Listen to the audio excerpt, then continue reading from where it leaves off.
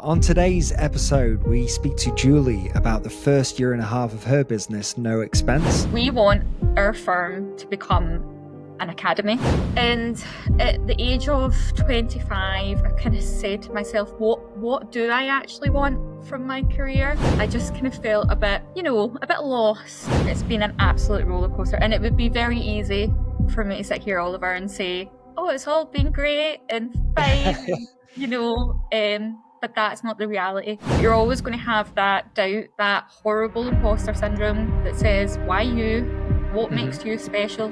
And that's something that I've really struggled with. One of the first things I ever done when I set my firm up was, you really need to start to hone in on this because you're creating noise. Yeah. You're really getting to see who I am, not only as a business owner, but as an individual who actually cares. Hello. On today's episode, we speak to Julie about the first year and a half of her business, NOEXSPENCE. We talk about growing it through things like personal branding and things like collaborating with other firms. So I think it's a really interesting one for you guys to look at. So this is the Eardley Bird Podcast with me, Oli Eardley. And as always, this is powered by Ad People.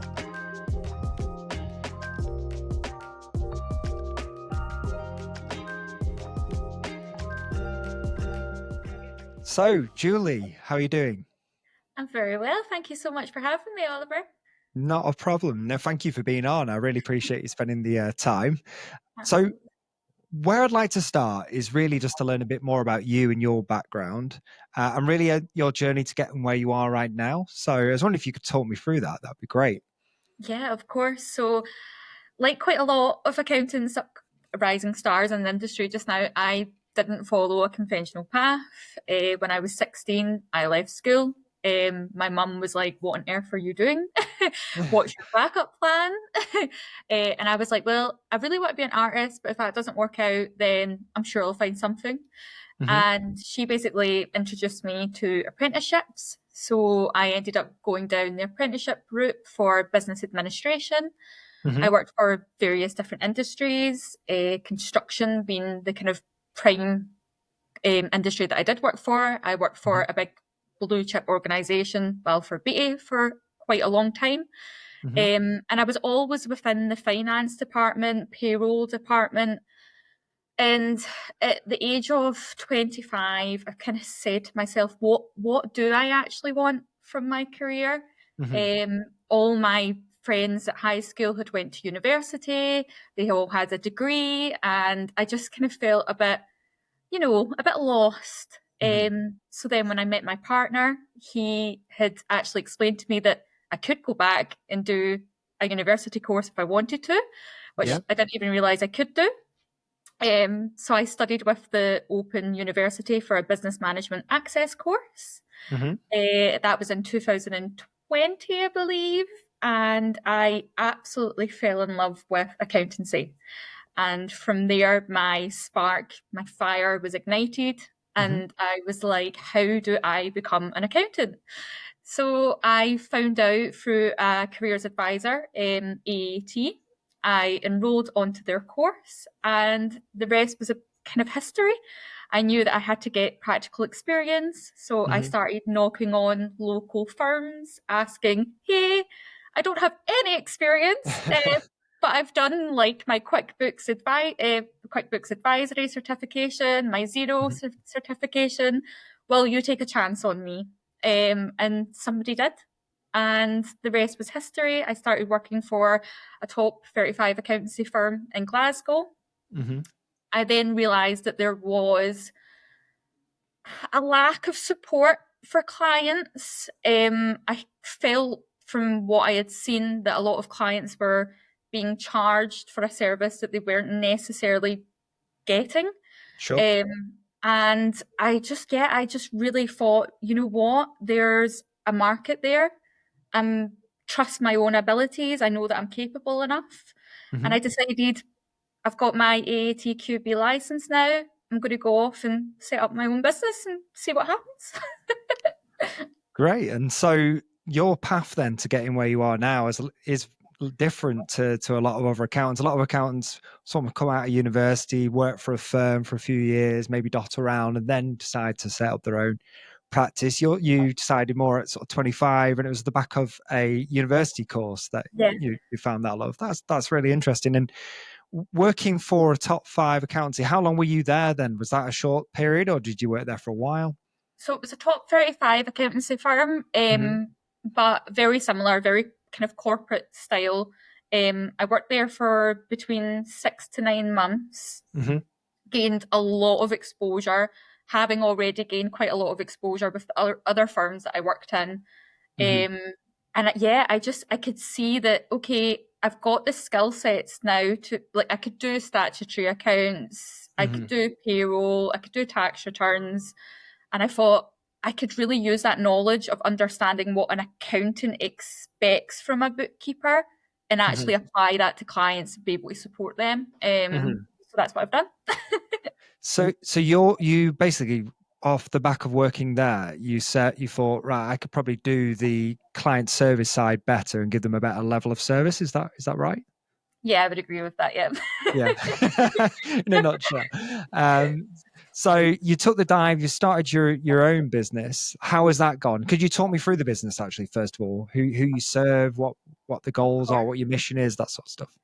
Of course. Well, I mean, if we go back to day one, obviously when you start a business, you're always kind of like, what am I going to name my business? And I think you put a lot of pressure on yourself to have a really cool name to start off with.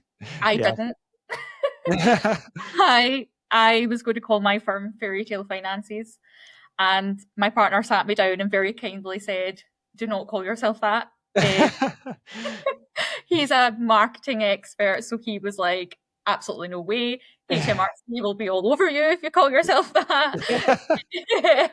So my father-in-law, he actually has his own business, and we all sat down one night and decided, okay, you want to leave a bit of a legacy in your name and dedicate it to your father. Why don't you call it NOEXSPENCE, which my surname being Spence is then paying homage to my dad. And that's how the name was founded. And being a bookkeeping firm, we service the whole of the UK. So we work with a variety of different clients from different industries. I've had experience to pretty much every industry, having worked in practice. So the door's open to anybody who needs that support.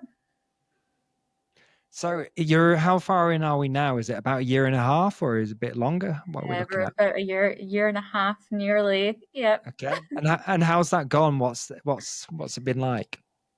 It's been a roller coaster. It's been an absolute roller coaster, and it would be very easy for me to sit here, Oliver, and say, oh, it's all been great and fine, but that's not the reality. And I'm very open about my journey. I think lots of people need to see that to then work out whether or not it's for them. On a whole, though, the whole experience has been phenomenal. We've smashed our sales target within our first year. We are expanding. We're waiting until I'm fully qualified come April, and then we will be transitioning into an accountancy firm. We've made so many amazing collaborations with other firms and business owners. I could go on. So it sounds like it's been a great experience. You're growing, you do all the right things are happening, which is obviously a good start for a newer business, right? But there's been some challenges there, and there's been some things that have been difficult. So I'll probably start with the challenges, because everybody, like I said, people want to focus on the positives, but at the same time, it's always good to talk about things that are difficult. So can we start with potentially some of the challenges that you faced in the first year and a half? Yeah, I think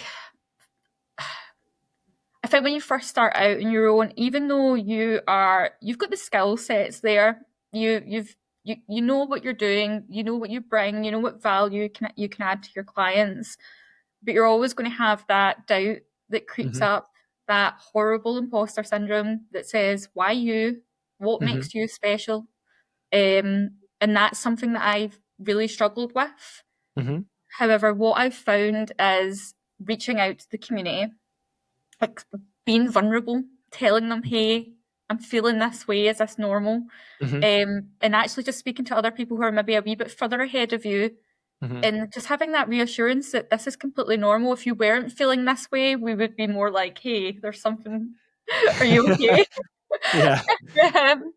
So yeah, that was a challenge. And I think because we're a digital bookkeeping firm as well, we've had to adapt our communication styles for clients, make sure that we're not overwhelming them, that it's a communication method they prefer, whether that be email or WhatsApp or just picking up the phone, very old school. Some people really like that.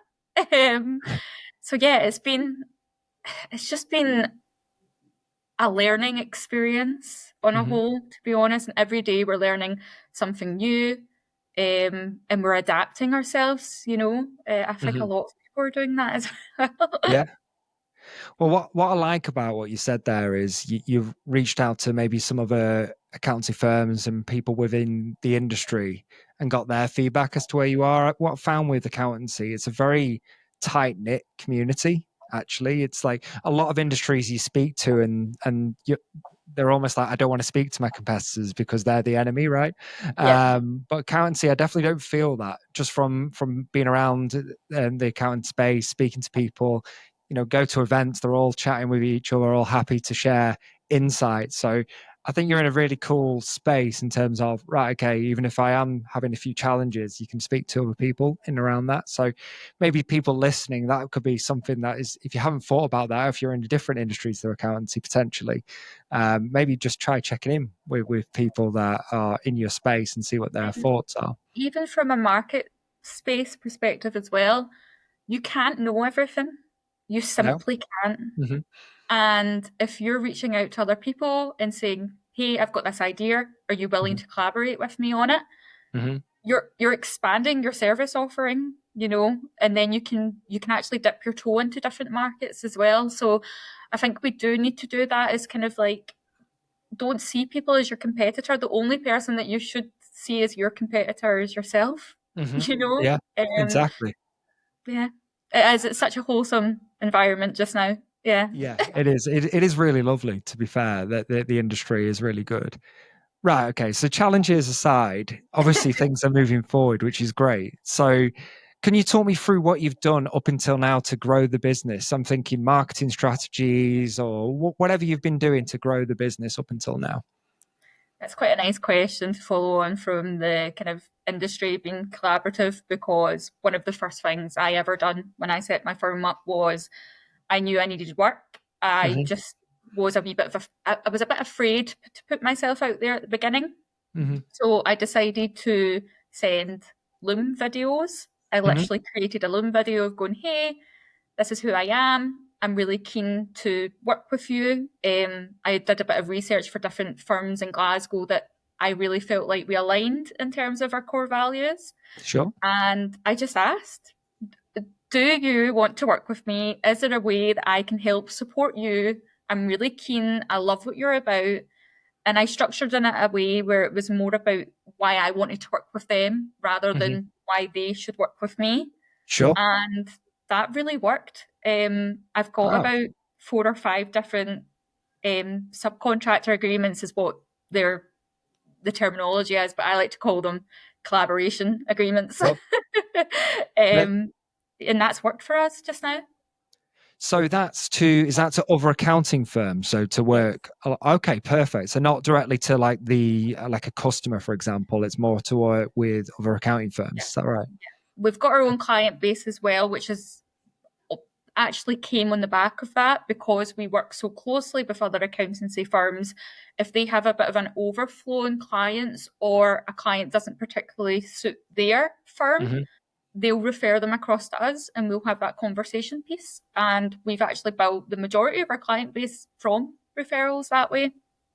Sure. No, that makes perfect sense. I was speaking, one of my recent podcasts, I spoke with Rachel Harris, and she was saying she does that with some of her, either work, because she can't handle all of the inquiries that she's getting. Plus also she has very sort of strict requirements to work with her company. So yeah, it does happen more than you'd think, right? So, okay, that's really, really interesting. So referrals and working with other accountancy practices, is that the main bulk, or do you get clients in any other ways? We do a lot of personal branding marketing, which I didn't realize I was doing at the beginning. Yeah. I really didn't. Yeah. And then my partner was like, you really need to start to hone in on this because you're creating noise. And yeah, just being a bit more personable online, kind of targeting the audience that we want to attract, utilizing all the different platforms, particularly LinkedIn is a big factor for us just now of where we get a lot of leads from. And yeah, we attend quite a lot of networking groups, although I have tried to be a bit more selective with what networking groups I want to be involved with, just because I feel you have to really give 110% of yourself to networking in order to see, traction from that. So yeah, just a bit of everything. No, perfect. Like, I mean, it sounds like from a LinkedIn perspective, you kind of fell into that, which is kind of cool because it's like you're just putting yourself out there and it kind of worked for you. What have you done differently since then? So you've mentioned, all right, I need to hone down on this and be a bit more maybe specific about who the posts are written for. Could you talk me through that? What the strategy is and how you do that? Absolutely. So what I kind of done towards the tail end of last year was I really thought about my kind of client avatar. I actually made 3 different avatars, one for students that I really wanted to speak to in order to be able to give them a bit of mentoring and guidance and support when they're learning accountancy through the AAT. And then my ideal client, who am I speaking to? What's their circumstances? What do they need right now? And then also just other business owners, that collaborative piece.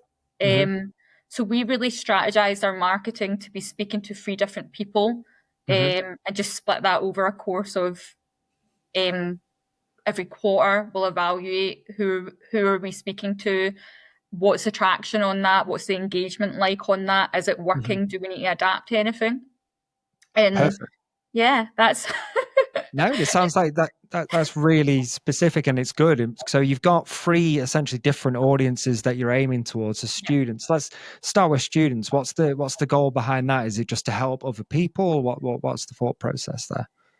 So we have a very big North Star of what we would love to achieve. A lot of conversation pieces are happening just now, hopefully to get to that, but it's very much a 10-year plan. We want our firm to become an academy. So having that conversation piece just now with students is, it's pivotal to what we really want to see happen within our firm. And just seeing if there's any interest there for it, which there has been. Great, I love that. So the student one, so pot number 1, then you've got a longer term goal that is to potentially become an academy at some point, and that's been working so far. The stuff you've been doing on that side, it's having some traction. Yeah, perfect. And then pot number 2, you've got your target audience. So is there something quite specific about your target audience in terms of the type of people you're trying to deal with, or is it fairly broad in terms of businesses? What would that look like? I think at the moment it's more targeted towards startups, SMEs businesses. I've worked in corporate firms where, I don't want to say it out of turn, but the small guy gets forgotten about, and they're the ones who really need the help. So that's who we're speaking to, is anyone who started up, a newly found entrepreneur that just needs that support. We're there for them. Bookkeeping is such a fundamental factor of a business, and it needs to be done right. If it's bad information that's getting put in, it's going to be bad information that's getting put out, and they'll never know where they stand within their business finances. So that's who we're here to support. Perfect. And then part number 3 was collaboration. So what does that look like in terms of, I'm thinking like the physical posts. So how are you phrasing things and how are you doing things on each pot here in my own brain? That's what's rattling around. So how do you phrase a post, let's say, towards your collaborations? So we obviously just now we're working with about 3 or 4 other firms, and we're really just shouting about them, Perfect. Yeah. encouraging them. If there's other firms that we see that are again very much aligned with our vision and mission, we'll be the first to want to be there to support them and ask if there's anything that we can do to help them get to where they want to go. Mm-hmm. And it's not just because we might gain a benefit from it. It's that we genuinely actually believe in what they're doing as well. Mm-hmm. The industry needs that. Our clients deserve that. Mm-hmm. And yeah. Yeah, that's great. I mean, the fact that you guys have took the time to split out into your different avatars is already a step further than most people that are posting on LinkedIn. So that's a really But good I step. can't take full credit for that because I must admit Joe Woods and Zoe Whitman do a fantastic job of explaining how to create your avatar. Yeah. So I love that. That's great. And in terms of your posts, is it more written form that you go down, or do you do videos? What does that look like? I'm doing a bit of both. Okay. I am not the best marketing. I do all my content on Canva just now, and just use whatever tools are available for me at the moment that are cost effective because we are still small. Yeah.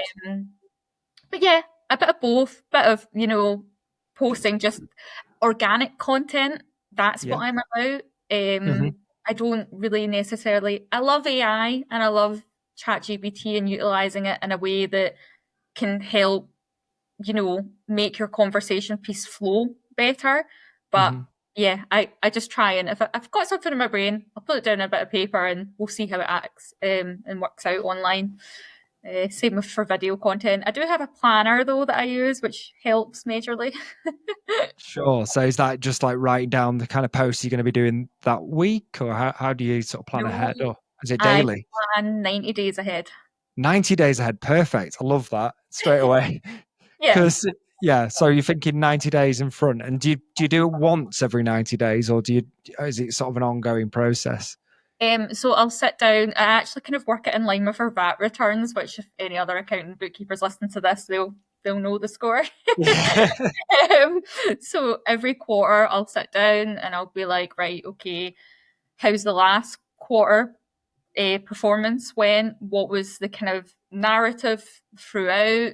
What could we expand on or adapt moving forward? What do I want to see getting put out there? Is there any conversation points that other people are speaking about that could really add value if I was to, put something out there, maybe a resource attached to that? And then I'll plan every week how much amount of content that I want to put out on my platforms, schedule it, create the content. It's all sitting there. And then throughout the course of the 3 months, if there's anything additional that I want to add, then I'm just going in and doing it daily and adding to that. And it just keeps it consistent. Yeah. I mean, that's one of the most important things, right? Is just being consistent with it. I think having that schedule and almost planning out, let's say 90 days in your case, actually really helps because you're still, as you're kind of saying, you're still kind of leaving yourself flexible. If there's a big thing that came up in your industry, or if you want to post about something that's going on, that still can happen. But at least if nothing else is going on, at least you've got that consistency already built in, which is good. I think it helps take away the pressure as well. Because we've all had creative block where we've been like, this is a really good idea, and then we go and do something and it's like, oh, I can't remember what it was that I wanted to pull or create. Yeah. So yeah, having that kind of accountability session of this is what this day is for. Sure. Yeah. And then just add into that if something comes into your head.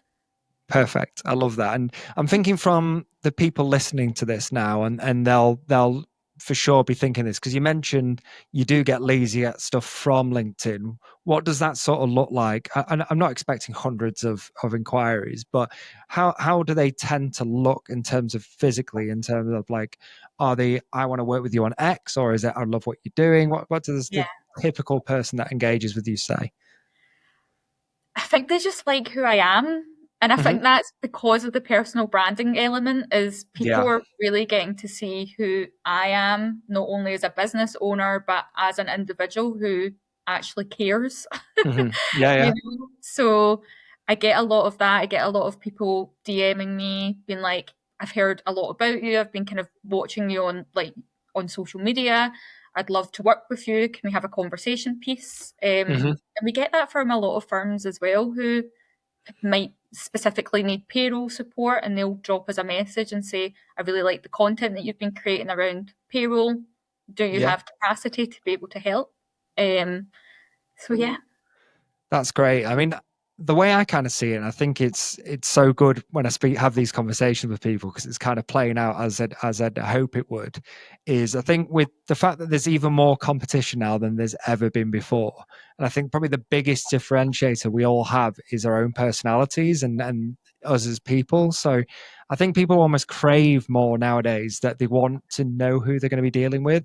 We're almost moving back to like the old school day where you'd have your local greengrocer or butcher or whatever, and you'd know them personally. Yeah. And I just feel like the world's kind of, funny enough, moving back in that direction where you almost want to know who you're going to deal with, especially for something like accountancy or legal, where like that person's going to be pretty much taking care of quite an important part of my business. So you want to make sure they're the right for you. So I love how it's going in that direction for you. I think so many people struggle to answer the question when they're asked, what's your unique selling point? And the simple answer is, it's you. You are your unique selling point. We're all uniquely different. We have something different to bring, and you have to shout about that. You have to become your own storyteller and tell your story. And I think even just from this short conversation that we've had, I've already got the impression that you actually really care about the people that you work with.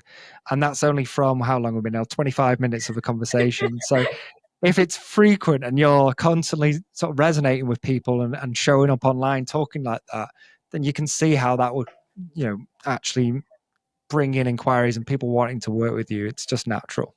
Yeah, I've always just been, I think it stems because I've worked in practices where I've seen interns come through the door being promised the world, being promised that they're going to get all this support, and then they don't. And I've always been somebody who's been a bit more nurturing and a bit like, let me sit with you and actually show you how to reconcile a bank, rather than you just being told to go on and do it. I just think, give a little, get a little. Yeah. Love that. So now, obviously, we're a year and a half in. Things are going in the right direction. Your personal brand is bringing in opportunities. You've got good collaborations with other companies. Where are we looking to go now? You've mentioned things like the academy, and there's other things going on. But what's the goal for, let's say, the next year? The next year is to hire our first member of staff. I'm very excited about that. We're looking at the apprenticeship route just now because, I was an apprentice myself. And then, just scaling our business, transitioning into an accountancy firm. We're going through a bit of a rebrand just now as well. So it's all happening at the one time, as us. Yeah. That's perfect. It's one of those where I'd love to check in with you and maybe like 12 months from now, you've gone for your rebrand, you've had your new members of staff. What's your new member going to be doing? Is it more just in the business doing the bookkeeping, that sort of stuff, or is there a specific role that they're coming in to do? We really want our members of staff to get exposure to everything. I've been in firms where I really wanted that and I was asking for it and never got it. Obviously, somebody who's just in the door, it's that support, sitting with them, showing them, making sure that their confidence is there, sending them to college to be able to study, get their qualification, and just kind of breaking them in, allowing them to speak to our clients as well, getting to know our clients. I think that's crucial. You can't even do a bookkeeping job without actually knowing the client that you're working on. Yeah, it would help. It's crazy how many people don't work like that. Wow. Yeah. Perfect. So we're bringing in a new member of staff, which is great. is there any plans to grow client base or anything like that? What does that look like? Yeah, our client base is currently growing.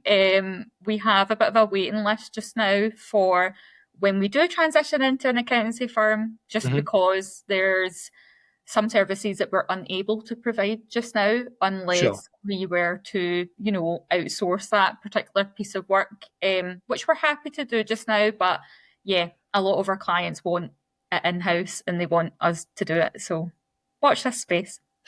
Perfect. I think that's a really good place to kind of start to wrap it up, because I think it's looking really good. Like, things are going great. You've got all the foundations at least set up in a good way. You're obviously planning on bringing someone in, so there's obviously a lot of stuff to be doing there. There's a lot of things that the business needs to go through, but there is also opportunity to grow because you've already got almost a pot of people waiting to sort of grow. So it's looking really good. So what I'd like to do, like I mentioned, is check in with you maybe in 6 to 12 months just to see where that next stage looks like. But I think you've done a great job in terms of setting things up. And I think the biggest takeaway that I've had from looking at this is collaboration and your personal brand. It seems to be what you've been able to build your first year and year and a half on, which is a really great takeaway for anybody listening to this, because even newer businesses that are starting can take that information and use it and grow. But also there's also bigger firms that haven't even utilized things like personal brand. Whereas it's a big differentiator and a big opportunity for anyone, right? So yeah, I think there's some really cool stuff there. Yeah, I think what I love most about my personal brand is that I know that there's other AAT students out there who are maybe thinking of doing something similar, and the fact that I get to use my platform just to be a bit like, hey, you can, just because you don't feel like you're experienced enough, it's fine, you'll get the exposure, just ask. Yeah. I think one thing that I've seen a lot of people do in that scenario, where they're not like a 20-year veteran in an industry, is the journey of getting to the point where you know what you're talking about at a high level is also interesting for people. So people enjoy the journey. That's why everyone likes the underdog story in movies. I'm still a student whilst I'm running my firm, so I'm still very much learning, but I'm a sponge. Like, I'm so nosy, it's really bad. I like to know what other people are doing, and I'm so curious, and that works because, I get to actually speak to my clients, be curious in their business, ask to go out and see their business and learn. Yeah, exactly that. So I've really enjoyed our conversation, Julie. Thank you so much for your time. Thank you so much. Sorry. Yeah, it's been a great chat. I think it's obviously I've enjoyed having the conversation with you. If my listeners wanted to find you, speak to you, DM you, how would they go about doing that? So we are on all social media platforms apart from TikTok, because I'm not there yet. Maybe soon. But yeah, LinkedIn, Instagram, Facebook, it's NOEXSPENCE, and it's spelled NOEXSPENCE. And you'll find my personal brand page on LinkedIn. Perfect. Well, thanks for your time, Julie. And yeah, I appreciate you spending the time. Thank you so much, Oliver. Thank you.